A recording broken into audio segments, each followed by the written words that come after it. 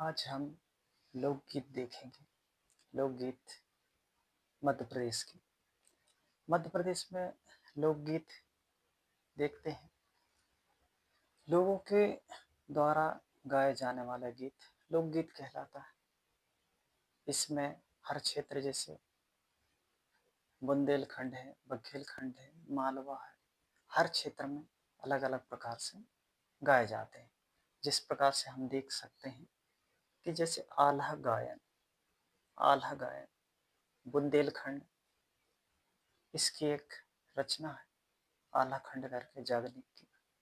ये बहुत इम्पोर्टेंट रही है, इसको पूछा भी जाता है, ये ध्यान रखना। तो इसमें आल्हा और उदल जो बुंदेलखंड एरिया में है, तो आल्हा और उदल, जो आल्हा और उदल की जो कहानियाँ हैं, गाथाएं हैं, जो भी हैं, वो बुंदेलखंड में चलती है। मतलब लोगों के द्वारा इसके बारे में, जो आल्हा उदल के बारे में गाया जाता है। ये ध्यान रहे, बुंदेलखंड में गाया जाता है, बुंदेलखंड क्षेत्र में गाया जाता है, ये ध्यान रखना है। दूसरा देखते हैं हम फाग। फाग बुंदेलखंड और बघेलखंड में तो प्रमुखतः गाया ही जाता है, लेकिन अन्य क्षेत्रों में भी ये गाया जाता है फाग, ये ध्यान रखना है। फाग होली के समय गाया जाता है, ये भी ध्यान रखें। होली के टाइम जब धुरेंडी उतरती है, उस टाइम यह गाया जाता है, ध्यान रखें।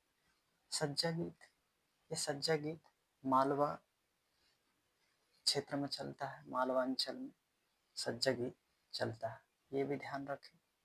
और जवारा, जवारा बुंदेलखंड एरिया में गाया जाता है, ये ध्यान रखना।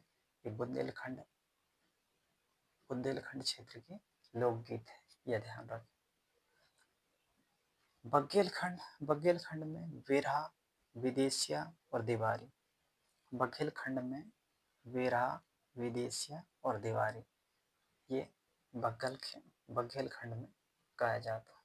तो ध्यान रहे, लोकगीत कौन कौन से क्षेत्र में गाया जाता है। इसमें कंफ्यूज ज़्यादा होते हैं, इसलिए ध्यान रहे। आल्हा बुंदेलखंड में आल्हा खंड की रचना है जागनिक की, और ये भाग है बुंदेलखंड बघेलखंड दोनों में। सज्जा गीत मालवा में, जावरा बुंदेलखंड में, वेरहा विदेशिया और दीवारी ये बघेलखंड में। ये ध्यान रखना है, ये लोकगीत कौन कौन से क्षेत्र में गाए जाती है, क्योंकि जब एग्जाम का प्रेशर रहता है तो ये भी याद नहीं रहता, इसलिए ध्यानपूर्वक से अच्छे से पढ़ना और अच्छे से। Thank you for watching.